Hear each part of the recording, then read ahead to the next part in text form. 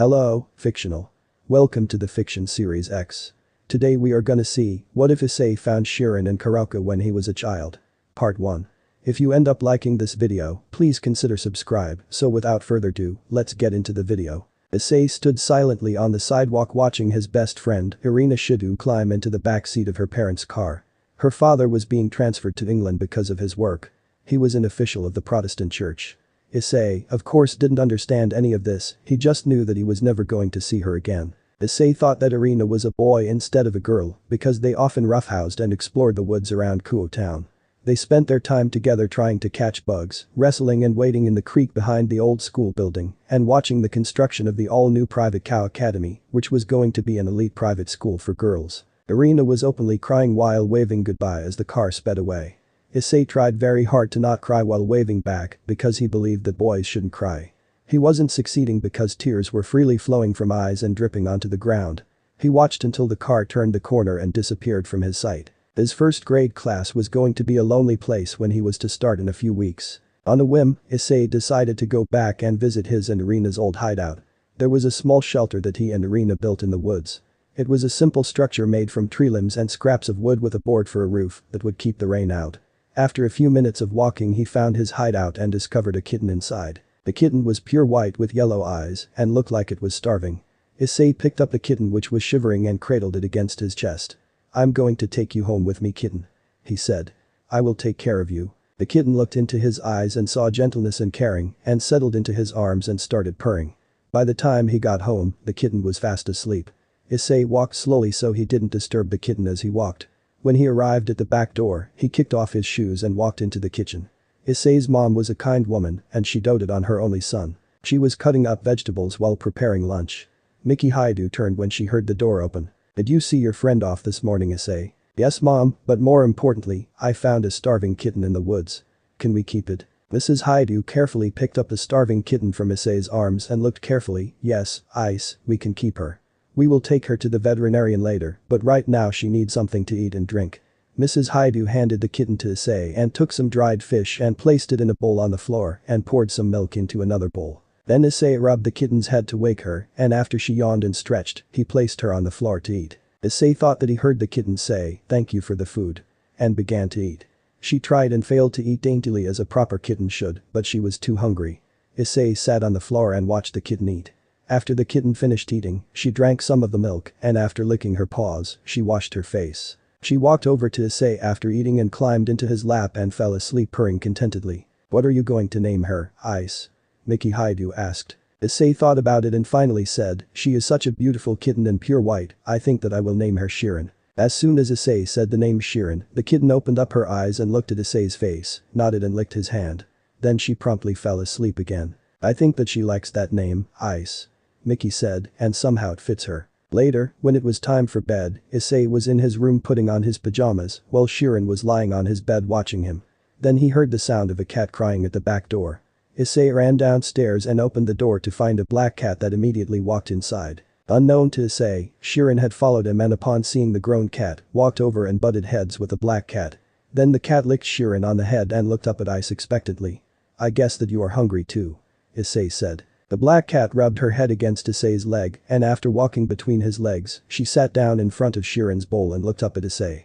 Issei took the milk out of the refrigerator and poured some milk, but the cat didn't drink any, she just looked at Issei and waited. Mrs. Haidu had walked into the room unnoticed and said, "Grown cats can't drink milk, Ice, it gives them an upset stomach. Offer her some water and some of the leftover fish from dinner." Ice put some water in another bowl and put some fish in Shirone's food bowl. Again, Issei thought he heard, "Thank you for the food." But this time he thought he heard it from both cat and kitten in unison. Miki looked at both cat and kitten that were sharing the fish and said in mock displeasure, "It looks like we have two cats now. What will you name the other cat?" The black cat turned and looked directly into Issei's eyes. Issei stood motionless for almost a minute, staring back into the yellow eyes of the black cat. "Her name is Kuroka, mom, and she is Shirone's sister." Miki laughed and said, "Oh, how do you know this, Ice?" "I don't know, mom, I just know." Mrs. Haidu placed her hand on her chin and said, "Perhaps they are cat spirits, Nekomata, that have come to bless our home." And then she laughed, "But of course that is superstition." And laughed. Then Shirone did something that neither Issei or his mother ever saw before, she stood up on her back legs and reached out with her front paws toward Issei. Clearly, she wanted to be picked up. Issei picked Shirone up and she immediately climbed onto his shoulder and curled her tail around his neck and started to purr. Then, unseen to either Issei or his mother, she stuck her tongue out at Kuroka and deliberately turned away and softly licked Issei on the side of his neck. "Bedtime ice," Mickey said. "Tomorrow we will take them to the vet." Issei climbed into bed and Shirone curled up next to Issei's head and gently curled her tail around his neck. Kuroka jumped up on the bed and walked up and licked Issei's hand, and then rubbing heads with Shirone, she walked to the foot of the bed and went to sleep. Issei drifted off to sleep with the sound of the cat and kitten purring. He awoke once during the night and thought he saw a young girl under the covers with him and a naked teenage girl lying on top of the bed with her arm over the little girl. Issei blinked and saw that the kitten was under the covers with him and the cat was lying on top of the bed with her paw over the kitten protectively. "I must be dreaming," Issei said aloud and drifted back to sleep. Early the next morning Kuroka awakened Issei by tapping his face and meowing in his ear. Issei sat up and after rubbing his eyes, he said, "I suppose that you need to go outside to use the toilet." Kuroka and Shirone both jumped off the bed and headed down the stairs. Issei found them waiting patiently for Issei to open the door and let them out. Issei watched them run under the shrubbery and disappear. A few moments later Shirone came back out of the shrubs and walked back into the house, but Kuroka didn't. Issei waited for a few minutes and shrugged his shoulders and went back into the house to get dressed. Issei played with Shirone for a little while and then she jumped back onto Issei's bed and went to sleep. A little while later Issei's mom, Mickey, came to the door and said, "Come on Ice, we need to take the cats to the vet and pick up some cat food." Issei scratched his head and said, I let them out this morning, but Kuroka didn't come back in." "Oh well, perhaps she will turn back up, but in the meantime let's take Shirone to the vet." Issei nodded and said, "Come on kitten, let's go get you checked up, okay?" Issei picked Shirone up and followed his mother downstairs. When they got in the car and started to drive away, Kuroka jumped on the hood and gave Mickey a disapproving look, as if to say, "Are you leaving without me?" Issei opened his door and Kuroka jumped off of the hood and then jumped into the car. Shirone was sitting on Issei's lap and stuck her tongue out at her sister, but Kuroka jumped onto the top of the headrest, and looking down on Shirone, she licked Issei's cheek and turned away from her sister. Then she jumped into the back seat. Dr. Ishido pronounced both cats in good health and said that they were both underfed. Shirone was carried by Issei into and out of the vet's office, but Kuroka just walked beside him, occasionally touching his leg with her tail. Neither cat was afraid of either the vet or the office. When they left the examining room and entered the lobby, a German shepherd was sitting next to its owner. It started barking, but as soon as Kuroka hissed at him, the dog cowered under the chair and refused to move until Issei, his mom, and the cats left the office. The dog's owner looked in wonder at Kuroka, and the veterinarian's receptionist remarked, "In all my years, I have never seen a dog so afraid of a cat." They stopped at the pet food store, and Issei waited in the car with the cats, while his mom went into the store to buy cat food. Shirone was lying on Issei's lap sleeping while Kuroka sat on the headrest and watched the people going in and out of the store. One man was walking his Great Dane which looked at Kuroka through the window and started barking. Again, Kuroka hissed and the dog took off down the sidewalk with his tail between his legs, dragging his owner by the leash.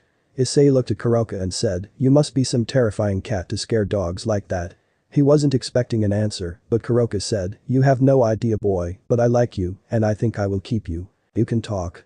Issei said in surprise. "Yes," Shirone said from his lap, "but don't tell anyone, okay?" Issei looked at Kuroka and her eyes captivated him for a moment.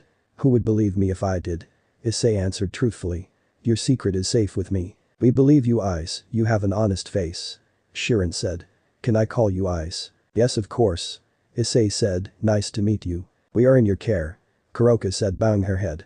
"I think I would like living with you." Shirone looked at her sister and said, "Just remember, I found him first." "Of course, but he has to grow up, Naya.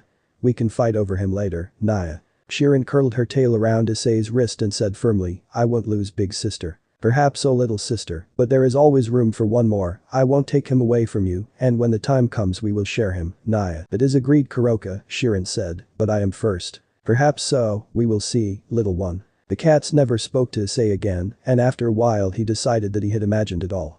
Shirone was a good kitten and always slept on Issei's bed, but Kuroka was more of a wild cat. She came to be fed and would play with Issei and her sister for a while, but wouldn't let anyone but Issei pet her, nor would she let anyone pick her up, not even Issei had that privilege. She would jump on his lap or lie beside him on occasion and allow herself to be petted by him, but no one else. And so the years passed.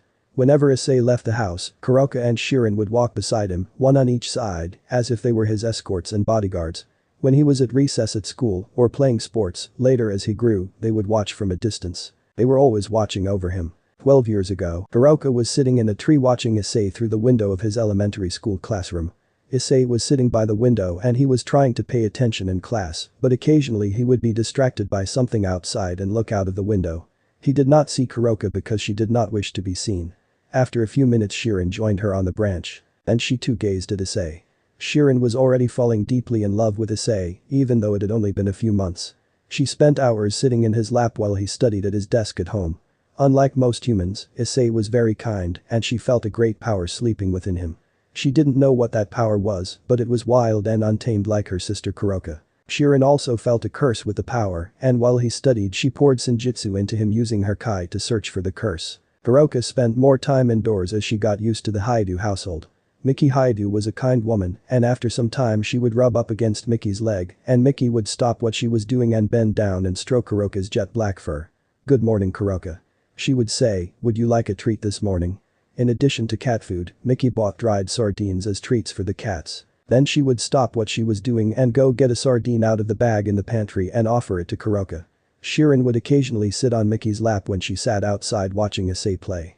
Miki would pull a sardine out of her pocket and give it to Shirone, who would daintily eat it in her lap. Kuroka would always rub her head against Miki in thanks and go find a corner or hiding place to eat it. Goro was a salaryman who worked long hours supporting his family, but he would always take time to play with Issei on his days off, and he too would occasionally pet the cats and give them treats. Often Goro would fall asleep watching TV in the living room out of exhaustion. Miki worried about her husband, thinking that he was working himself to death. Shirone would sometimes rub up against his leg while he slept and using senjutsu heal his exhaustion and boost his vitality and luck. Both Shirone and Kuroka were grateful that they had found a home and they kept the mice and other pests away. Before finding a home she was very worried about her sister and had even considered an invitation for a pact with a devil in a village far away from Kuo town. She and Shirone were traveling across the country looking for a place to belong. They happened to find the hideout of Issei Haidu and Irina Shidu. Shirone was starving and exhausted. They were chased out of their village and were constantly on the move. Then that kind human boy found her sister and they finally found a place to belong. Shirone stared at Issei while sitting on the branch with her sister and said, "He is definitely the one. He has a dragon sleeping within him and he will give me strong children when he is matured. Our family will no longer be the least of our clan." "I agree, little sister," Kuroka said, "he will give us strong children." "You are being selfish again. I love him, you know." Shirone said. "I know, little one, I have fallen for him as well, but what do you think will happen when we show our true form to him? Will he become afraid and run away or reject us because we are cat demons?" "I don't know, Kuroka, but I do not think so. Aside from the dragon sleeping inside, he has great courage and a desire to protect everyone he cares for. Look how he befriended those two fools he calls his friends and he took us in. When we spoke to him he didn't become afraid, he was just surprised. Yes, little one, he has great potential. We must awaken his power little by little and pour magical power and ability into him, but first, we must find some way to remove his curse. He is too weak right now to withstand the curse and the temptation of the dragon." "Yes, about that. What kind of dragon sleeps within him?" Shirone asked. "I do not know, Shirone, but it is very powerful. It may be one of the two sky dragons of legend." "Do you think so? That makes me fear for his life.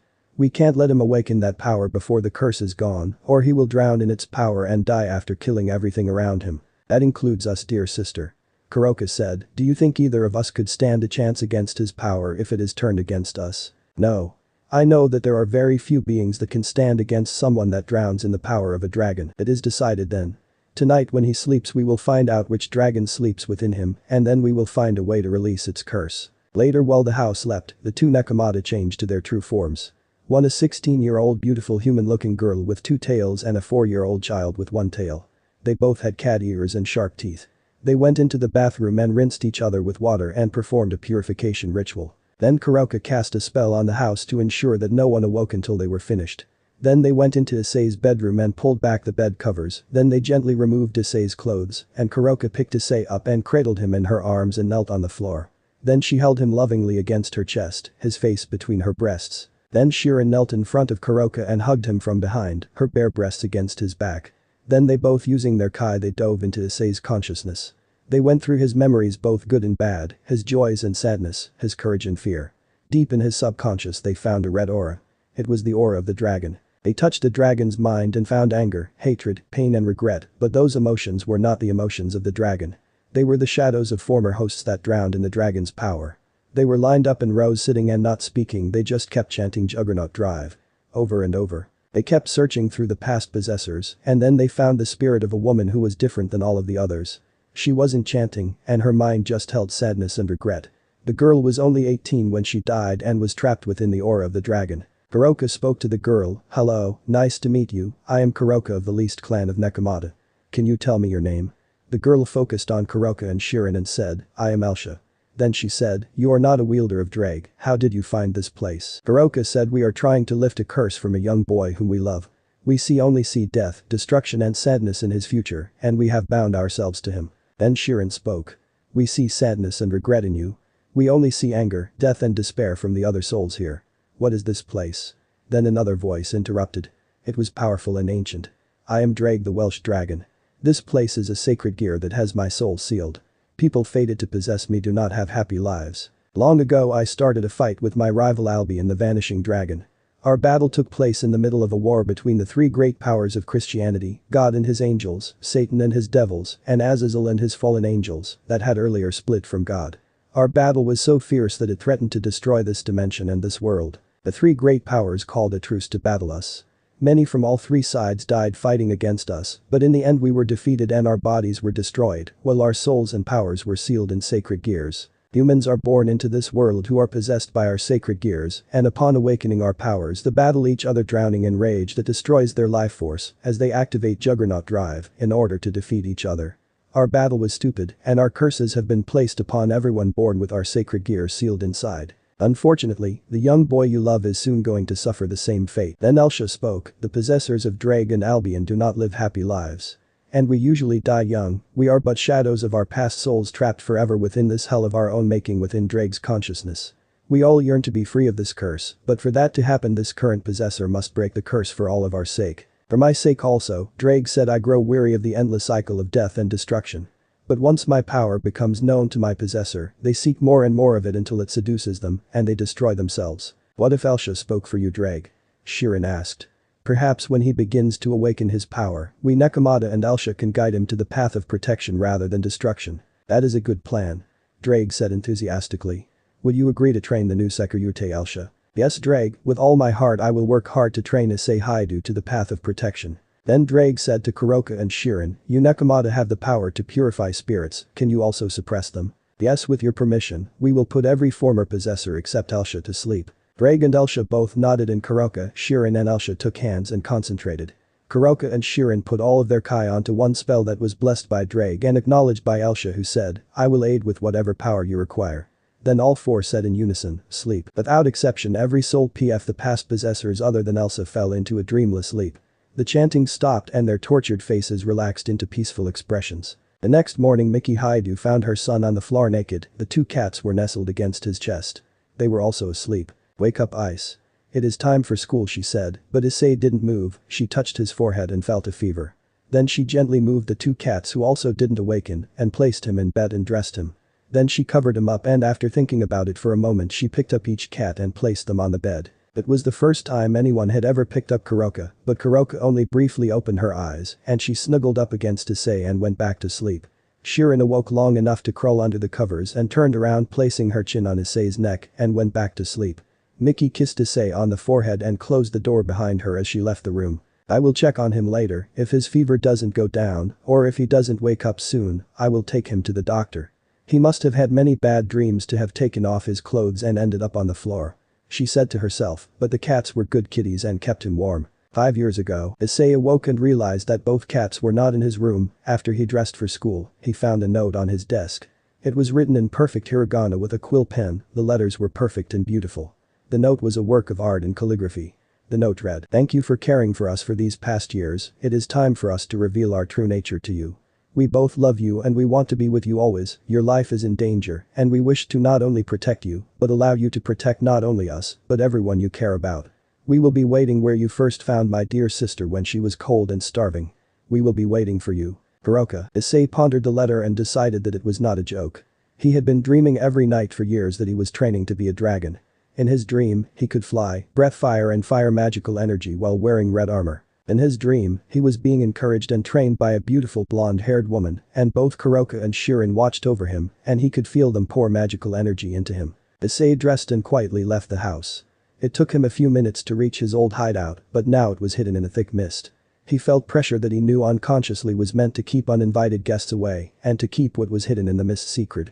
He heard a voice from his dream that he recognized. The voice of the blonde woman, "Come Sekiryyuuei, it is time to embrace your destiny." Issei walked through the mist and instead of finding his old shelter, he found what looked like an ancient shrine. There was a low stone wall with cat statues on the four corners. There was a red torii with a European red dragon engraved between the upper and lower lintel of the gate. The shrine itself was made from cut stone, and there was a red silk curtain covering the entrance of the shrine. Issei walked through the torii, and the pressure immediately ceased. A hand reached up and opened the curtain and pulled it aside. The hand belonged to the blonde woman who beckoned him inside. She bowed and said, "Come Haidu Issei of the Sekiryyuuei. It is time for us to meet." Issei went into the shrine and bowed. The young woman was wearing a red kimono and she turned and gestured to Kuroka and Shirone, who were sitting on cushions inside the shrine. Before his eyes both cats transformed. Shirone became a young girl only a year younger than himself and Kuroka became a young woman. Kuroka was wearing a black kimono and Shirone was wearing a white kimono. Both girls had prominent cat ears and cat eyes. They both smiled and bowed. Issei saw that Kuroka had two tails and Shirone had one tail. "Nice to meet you Issei," Kuroka said, "Shirone and I are yokai. We are Nekomata from the least family of yokai." Then she gestured to the blonde woman and said, "And this one is Elsha." Issei said, "I see you in my dreams. I am glad to meet you in person." Elsha said, "I am but the memory of a girl that was the strongest female Sekiryyuuei of all time.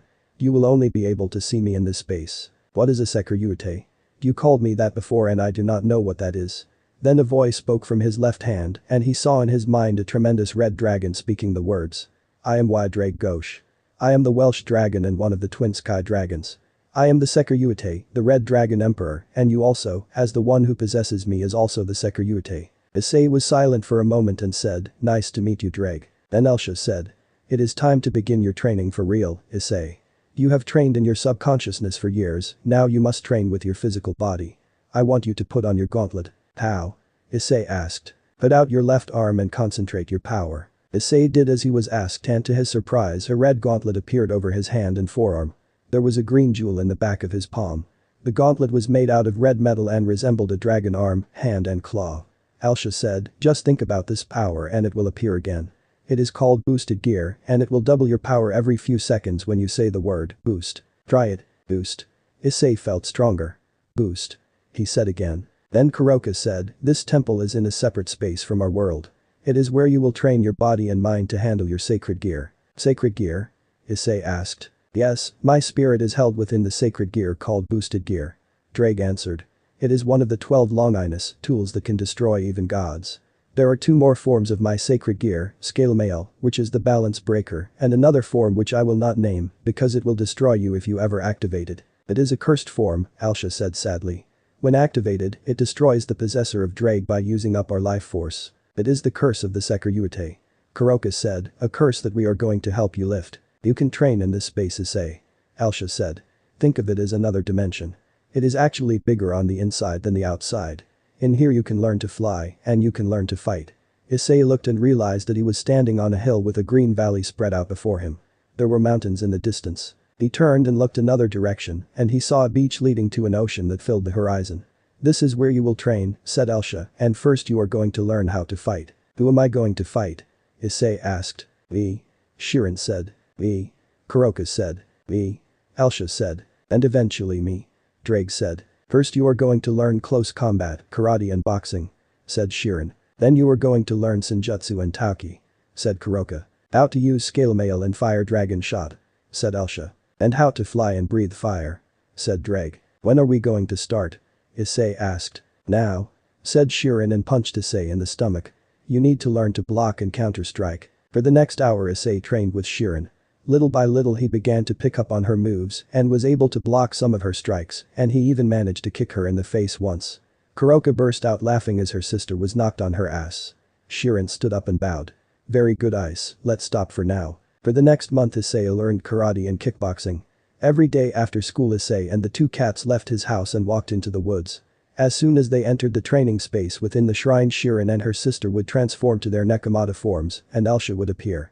Then one day after an hour of kickboxing, Elsha said, "Try to balance break, Issei." Say this and concentrate on its form, visualizing it in your mind. Balance break, scale male. Balance break, scale male. Issei shouted. And he was immediately clad in red armor that resembled a dragon. There was even a tail coming out of the back of the armor. Now try to fire a dragon shot, boost your power and throw it. Boost. Boost. Boost, fire. Issei said. Then a ray of power shot from his hand and disappeared into the distance.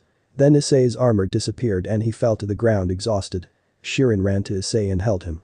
Are you alright, Issei? She asked. Yes, Issei said and lost consciousness. When Issei awoke, he found himself lying on the ground with his head in Kuroka's lap. Shirone was sitting beside them while she held his hand. Issei sat up and Shirone reached over and kissed him. That was a splendid first try. She said happily. Then Kuroka kissed him as well, and she said, soon, you will be the greatest Sekiryyuuei of all time. Issei trained daily for months, and the months turned into year. On Sundays he would run as fast as he could for hours at a time. His stamina built up to where he could maintain his balance breaker all day without effort. He would also fly for long periods of time, while randomly firing dragon shots or breathing out flames. The rest of the week he fought. He mastered kickboxing and karate, and he even started learning spells that Kuroka taught him. He grew stronger, but all of his training was in secret. He studied hard and even managed to transfer into Kuo Academy when it became co-ed. His friends Motohama and Mitsuda also joined the school, but he had grown distant from them. He immersed himself in study while in school, and during physical education class he would run laps or lift weights. He was a loner that didn't get close to anyone. He felt the burden of his destiny as the Red Dragon Emperor, and he was determined to break the curse that Elsha warned him about. Rias Gremory had a problem. Rias was the most beautiful girl in school with long flowing crimson red hair that hung past her knees. She was having lunch with her friends Akeno Himejima and Sona Shitori. These three girls were the most popular girls in school, and Sona was the student council president. Rias was the president of a new club called the Occult Research Club, but it really wasn't much of a club because there were only 3 members. Herself, Akeno, and a second-year boy named Kibayudo. Rias and Akeno were third-year students. The 3 girls were watching the sports field from the second-floor window of the old school building. That entire building was the headquarters of the Occult Research Club, and some of the students wondered why they had the entire building to themselves. The rumor was that Ria's parents were on the school board, and their influence allowed their daughter to have the building for her new club. It certainly looked creepy enough. There was just enough of a scary air about the building that kept the other students away. They would have been surprised to see how immaculately clean it was on the inside compared to its worn-down exterior. The old school building wasn't the problem on Ria's mind. The problem was the fact that her club only had 3 members. The truth was that Akeno, Sona, and Rias were all devils from the underworld, and the Occult Research Club was actually made out of Ria's peerager family. The school charter required that there be at least 4 members for a club to continue, and Rias only had 3 members of her club. Rias was the president, Akeno was vice president, and Kiba was the secretary. Sona could not join the orc because she was the student council president, and what wasn't known was that the student council was all made up of Sona's peerage. You're going to have to find someone, Rias. Sona said, sipping her tea. There must be someone that you can let join your club, even if you don't make him or her into your servant. You're right, of course, Sona, but who? I don't know, but you are going to have to choose someone. Sona glanced out the window and noticed a second-year student who was by himself. She peered at him for several seconds and took off her glasses to stare at him. She felt a power inside him, an immense power, a power that would not only solve Ria's club problem, but also her other problem. A problem that they didn't speak of. Rias was engaged to someone she absolutely despised. Razor Phoenix was an arrogant playboy, but as the 3rd son of the Phoenix family, he was a good political choice for an arranged marriage between the House of Phoenix and the House of Gremory. Rias Gremory was determined to marry for love, not for a title. She wanted someone who wanted Rias as herself, not as the heiress of a noble family. Rias was a princess, but she was also a girl with her own hopes and dreams. Sona pointed the boy out to Rias. What about him? Rias and Akeno both went to the window and looked at the boy that Sona pointed out. Who is he? Rias asked. Sona thought for a moment and finally said, his name is Issei. Akeno said, he mostly keeps to himself and he doesn't have many friends, but there is something about him. He is dangerous. Perhaps he is, Rias said, but dangerous to whom? I don't know, Rias, I certainly don't find any malice in his aura. Just power and something that wants to dominate, or is it to protect? I really don't know, Akeno said finally. We should watch him for a few days, Rias. Sona said. If you approach it right, he may be able to solve both of your problems. And she thought to herself, perhaps mine as well. Okay, Sona, I will take your advice. I will have my familiar watch him. Issei was standing on the pedestrian bridge over the highway, lost in thought. He was getting stronger and he could feel Drake's power surging through him. He was also starting to have romantic feelings and sexual desire for both Kuroka and Shirone. It was very hard to see them as ordinary cats that slept on his bed with him when he saw their Nekomata form when they practiced karate and senjutsu. More than once he saw a bare breast or even their vaginas when they fought. They didn't deliberately expose themselves to him, but they also didn't hide their femininity from him either. He was idly wondering if he should try to kiss one of them when his thoughts were interrupted. "Excuse me, are you Haidu Issei?" Issei turned and saw a very beautiful girl standing before him. She was wearing an unfamiliar school uniform and her long black hair hung to her waist. Issei nodded and the girl continued, "My name is Amano Yuma, and..." The girl turned red and bowed slightly. "I want you to be my boyfriend." Issei stared at the girl for a few seconds. She was indeed beautiful, but the years of learning senjutsu allowed him to read someone's aura and he could sense deception and hostility behind her smile. He also sensed pure naked evil and lust for power. He knew that this girl was not who she said she was, but he also knew that he shouldn't start a fight with whoever or whatever she was on a crowded bridge over a busy highway. Issei bowed and said, "Please excuse me miss, but I am very busy lately and I am not looking for a girlfriend right now. Thank you for thinking about me though." The girl Amano Yuna's expression changed immediately. She turned white in rage and muttered under her breath, "You are going to regret turning me down boy." And turned and stomped away. Issei watched her until he was lost in the crowd and walked home, whistling a random tune that popped in his head. He thought that he could feel someone watching him, but whoever it was staying well out of sight and trying very hard to hide their presence. No, Issei thought, more than one presence was watching him. There were two somethings watching him. One was definitely hostile and the other was concerned, or was it merely curious? Issei changed direction and instead of heading to the video arcade as planned, he decided to go to the shrine. Issei believed that whatever was following him could not enter his secret space and he could ask Elsha's advice about whatever was following him. Whatever they were not human. Issei continued walking and soon he was back near Kuo Academy and went into the woods. He quickly darted behind a tree and waited. He could sense that something, or rather, somethings were there. But he couldn't see anything. Issei sighed and continued his walk. As soon as he entered the mist around the shrine, the presences he felt disappeared.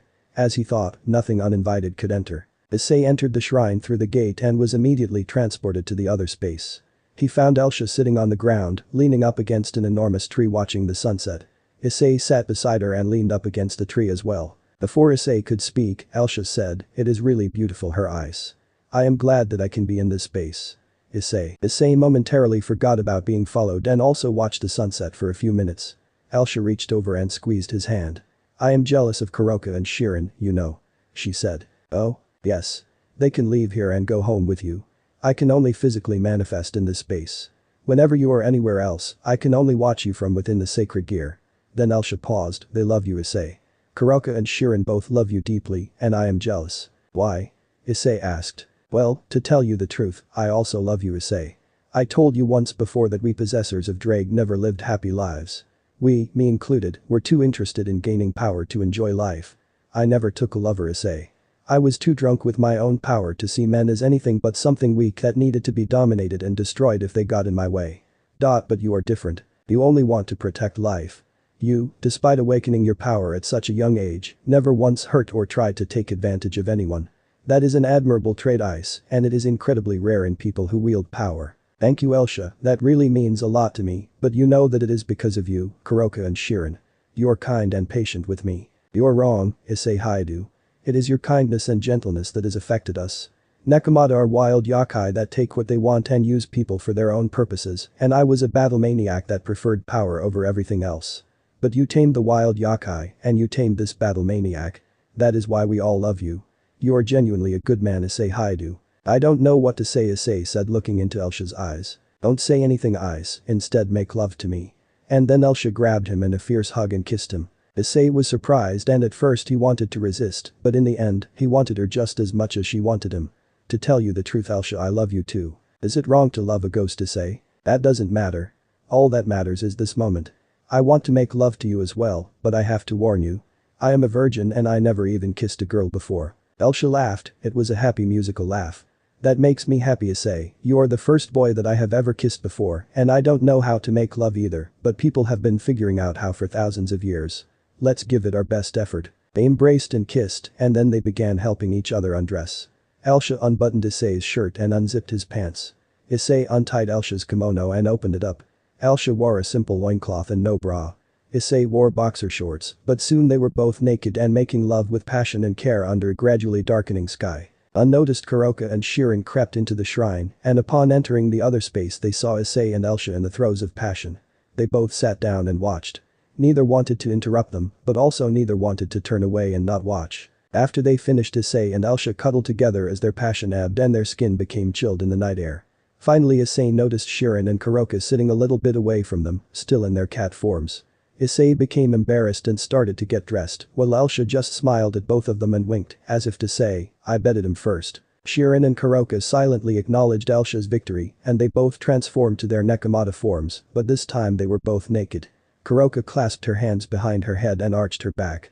"No need to be embarrassed, Issei, we have slept in your bed for years, and we have already seen you naked while you grew up. You are a man now, and although Elsha was first, I will not lose to her. You will be my lover as well, my dear Issei." "We are agreed, dear sister," Shirone said shyly. "We will share you, Issei, and we all love you." Elsha smiled and then said sadly, "I am but a ghost, and even though I seem real in this world, I died long ago. I will never know the joys of motherhood, and I will not get to grow old with the man I love, but know this, Issei Haidu. I will be waiting on the other side for you. I will love you always." And then Elsha faded away. The last thing that Issei ever heard from her was, "At last I have no regret. I have finally known love." Issei reached for her while she faded, but it was like trying to grasp the wind. "I will never forget you, Elsha," Issei said while openly weeping. Shirone and Kuroka came to Issei then. There was no lust in any of them.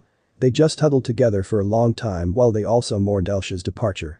Finally, wordlessly Issei pulled away and stood up to dress. "We have to go home now," he said. "Yes, my love," Kuroka said. "We will go home now. And when you are ready, my sister and I will be happy to share our bodies with you. For now we will mourn with you."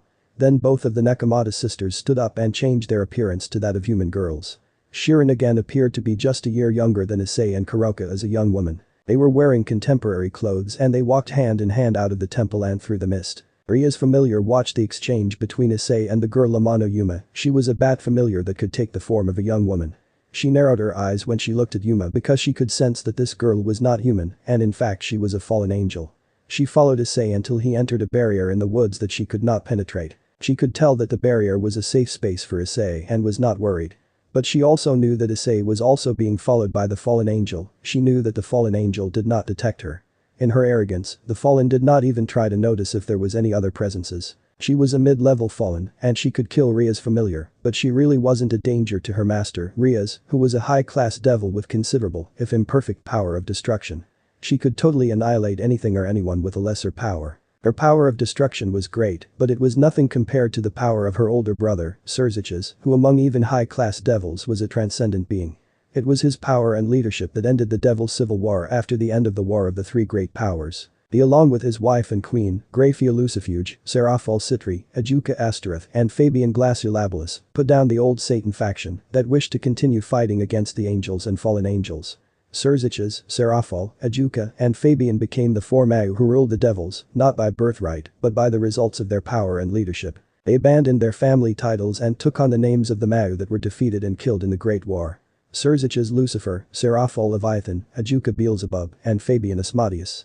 Rias, due to her older brother becoming Mau, became the heir to the Gremory family as the second child of Zeodicus and Venelana Gremory. Rias loved Japanese culture and spent most of her teenage years living in Japan, hiding in plain sight along with her best friend Sona Citri, who went by the surname Shitori.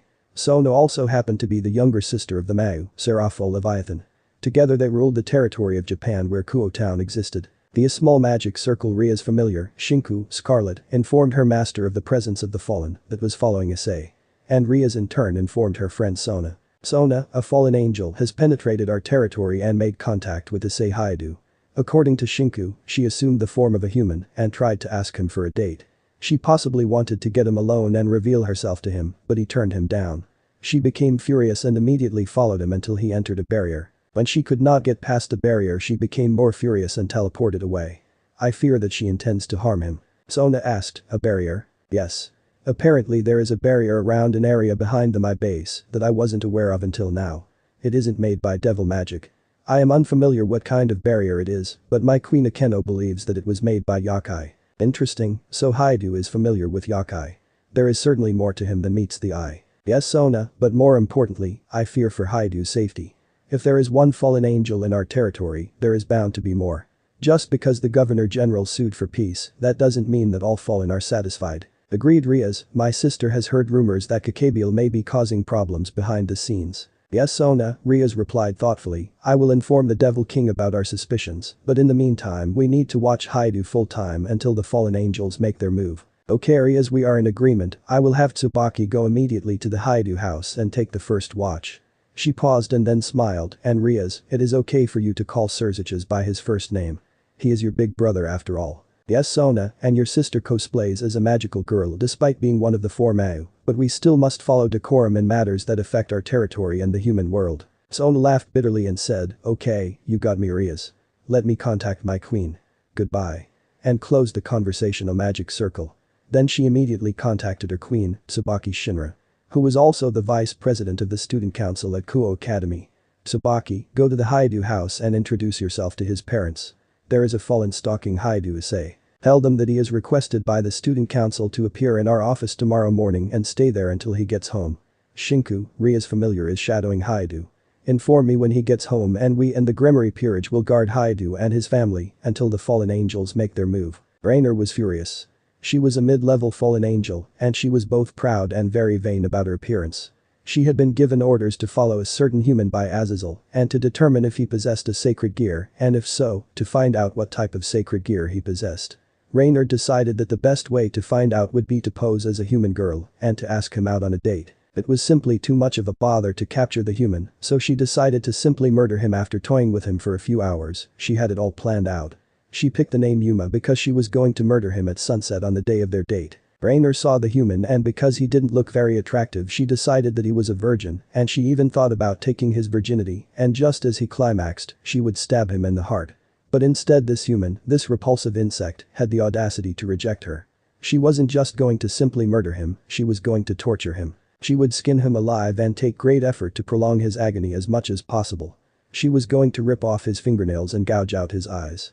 She was going to chop him into little pieces and then after dumping what was left of his corpse, she was going to murder his whole family. Raynare stomped away in wrath and waited until there wasn't any witnesses and transformed into her fallen angel form and flew into the sky.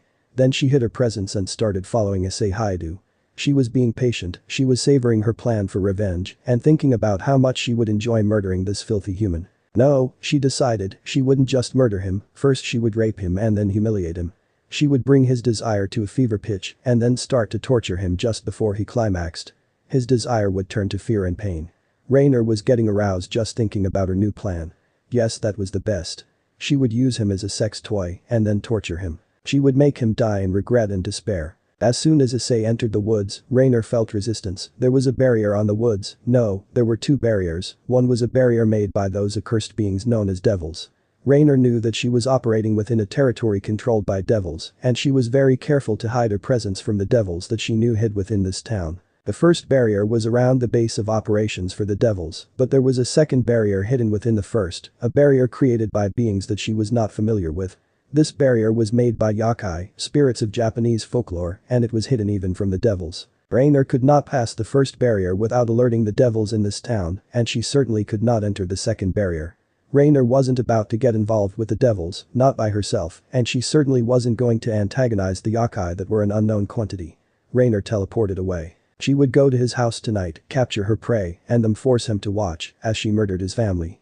Then she would rape, torture and then murder him. She could hardly wait. Miki Haidu was surprised when she answered the doorbell. A young girl bowed when she opened the door. She had never seen the girl before, but she was wearing a Kuo Academy uniform. She was a beautiful young girl wearing glasses and long straight hair. Good afternoon, my name is Tsubaki Shinra and I am the vice president of the student council at Kuo Academy. Are you perhaps the mother of Haidu Issei? Yes, but my son isn't home right now, is he in some kind of trouble at school? No, he isn't in any trouble, he is in fact a model student. I was merely sent by President Citri to convey her wishes for Haidu to come to the student council's office tomorrow. She wishes to speak to him personally. I should be home soon, would you like to come inside and wait for him? I just made some tea. Yes, Tsubaki said, thank you. I will be in your care. Mrs. Haidu invited Tsubaki inside and said, please make yourself comfortable. And then bowing she went to the kitchen to get the teapot and cups. This was the first time that one of Issei's schoolmates had ever been to her house and for her son's sake, she wished to make a good impression on the young woman. She decided to use the good cups and setting the cups and teapot on a silver platter, she returned to the living room to find Tsubaki sitting on the couch waiting for her. Miki sat the tea service on the coffee table and poured 2 cups of green tea. So tell me how my son is doing in school. Raynare waited until she felt Issei's presence reappear from the barrier and she teleported into the sky above Issei's house. She watched as he walked down the street holding hands with a young girl and a young woman. Both the girl and woman were very beautiful and Raynare became angry. So, he rejected me because he already planned to meet with someone else. I will make them all pay. Raynare said out loud and immediately created a spear of light and threw it at the young girl. Shirone didn't realize her danger until it was almost too late and tried to dodge. Instead of killing her, the spear struck Shirone in the shoulder and knocked her to the ground. The spear ripped into her shoulder and chest, pinning her to the ground. Shirone screamed in pain. Kuroka ran to her sister and Issei looked up to see Raynare staring down at them, her eyes filled with hate. Shirone was alive, but she was gravely injured. Protect Shirone, Kuroka. Issei said quietly. And then he yelled at Raynare. How dare you attack what is mine? I am going to kill you. Raynare laughed in scorn, really boy, I am the fallen angel, Raynare. What can you do against me? Just this. Issei yelled, balance break. Issei transformed. He was immediately covered in red armor and dragon wings sprouted from his back. Issei flew into the air directly at Raynare. She created a spear of light and threw it down, but Issei merely punched it away without flinching.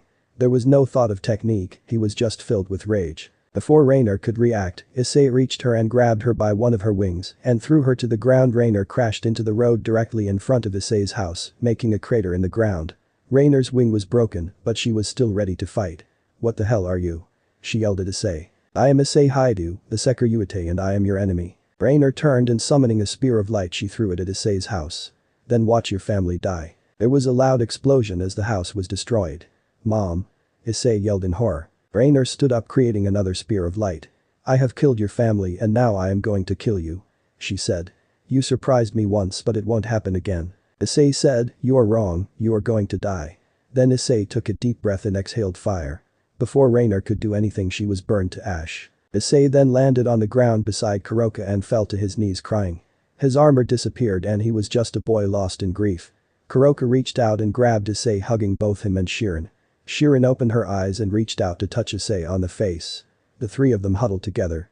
Issei turned and looked at what was left of his house and saw his mother running towards him. She was alive. Issei didn't understand how, but she was still alive. Miki Haidu was sitting on the couch in the living room, the young girl Shinra Tsubaki was sitting next to her. The couch faced the living room window and the window was open to let a fresh breeze into the house. Miki saw Issei walking up the street holding hands with a woman and a girl that she didn't recognize. The girl had short white hair and the young woman had long black hair. She was about to speak when she saw what looked like lightning flash to the ground striking the young girl. The girl was pinned to the ground by what looked like a glowing spear. Miki saw the woman run to the girl and she saw her son look up and then to her amazement, he was suddenly wearing bright red armor and what looked like bat wings appeared on his back. Then he leaped into the air. Miki dropped her cup which crashed to the floor as she ran to the window. Then she saw something slam into the road making a crater where it fell. Something sat up and in the crater and then she saw it turn and then she was pulled to the floor by the girl who she had completely forgotten about. The girl threw herself on top of Miki and then her house exploded around her. Miki was lying in a crater where her house once stood. The young girl, Tsubaki Shinra was lying on top of her. To her amazement she was uninjured. Even her clothes were unscathed despite the fact that her house was gone. The young girl was unconscious, but she was uninjured. Miki pushed the girl aside and ran into the street screaming. It was too much. She was frightened out of her mind and she was running on instinct. Suddenly her son was there and he grabbed her in a fierce hug. It was too much for her. Miki Haidu collapsed in her son's arms and fell unconscious. Issei was sitting on the ground crying. His house was destroyed and his mother was unconscious, lying on the ground with her head in his lap and Shirone was badly injured. Issei's father was away on a business trip and he simply did not know what to do. Kuroka was holding her sister in her lap, silently using healing magic while leaning against Issei. It was her own fault she thought. She didn't react until it was too late and now her sister was hurt and she didn't protect the boy that she loved. They were both lost in their own grief and they didn't notice when they were approached by a girl with long crimson hair. The girl knelt on the ground next to Issei and said, "This isn't your fault Issei Haidu, if anything, it is mine, but I will make it up to you. Sleep now." Both Issei and Kuroka fell into a deep sleep and they didn't know or care when a magic circle appeared under them and teleported them away to another space. When Issei awoke, he was lying on a huge bed in an unfamiliar room. He had been bathed and changed while he slept. He was now wearing silk pajamas and he saw a beautiful gray-haired woman wearing a French-made uniform standing at the foot of his bed. When she noticed that he had awoken, she bowed politely and said, "There are clean clothes hanging in the wardrobe to your left. When you have finished dressing, you will come downstairs for breakfast. I will be waiting just outside. I am the maid Grafia and for now, I am at your service." Then Issei remembered the battle, Shirone lying on the ground bleeding to death while Kuroka was trying to heal her terrible wound with Senjutsu. He remembered the horror of seeing his house exploding and then his mom collapsing in his arms, somehow alive. Before he could speak, the maid Grafia interrupted his thoughts. "Your mother and your companions are well cared for. The young Nekomata has been fully healed and she is resting in another room along with her sister. Your mother is asleep in a room across the hall and you may go in and see her if you wish." Grafia paused. "My master's only request is that you wait until you meet with him for breakfast before you visit your mother and your companions." Then Grafia bowed and left the room, closing the door softly behind her. While Grafia was talking, Issei concentrated his Senjutsu. He found no lies or malice in her words, but he felt immense power in her aura, more power than he had ever felt before. Whoever this maid was, she was definitely someone who commanded respect. If she is only the maid, what kind of power did her master possess, and more importantly, where was he? He could tell by the flow of his kai that he was not on Earth. He was in a different world. It was like his training space, but this world was much larger and there were many unfamiliar beings all around him. They weren't hostile, they were just on standby. After Grafia left the room, Issei climbed out of the huge bed. It was the largest bed that he had ever seen. It was a canopy bed and was easily twice as big as a standard king-size bed, and the room itself was nearly as large as the first floor of his entire house. The room only had the one bed, a massive fireplace on one wall, a dresser and a wardrobe on the opposite wall, and a large window with silk curtains. Issei went to the window and saw a huge lawn, an orchard and flower gardens. There were mountains off in the distance, and he was on the third or fourth floor of an immense building.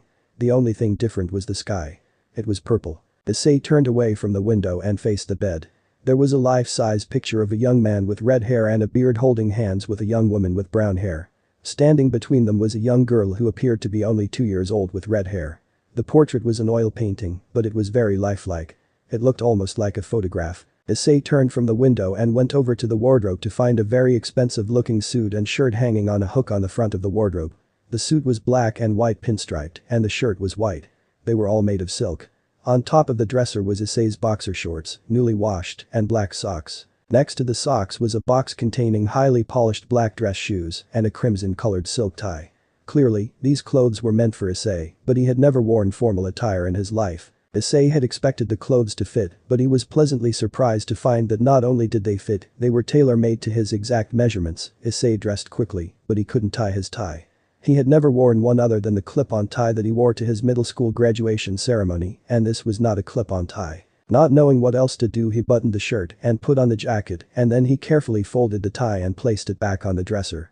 Then after putting on the shoes that also fit perfectly, he put on the jacket and opened the door. When he opened the door, he found Grafia standing just beyond. She turned, bowed and smiled, then she frowned slightly and said, "Where is your tie, young master?" Issei bowed and said, "Please excuse me, I have never worn a tie before. Come with me then, and I will show you how to properly wear a tie." Grafia led Issei back into the room and asked Issei to remove the jacket.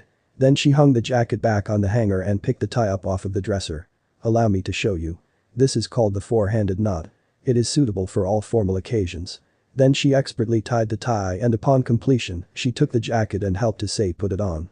"Follow me, my master is waiting." Grafia led Issei down a long hallway to a grand staircase. Then she led him down 2 flights of stairs to another hallway with a double doorway at the end of the hall.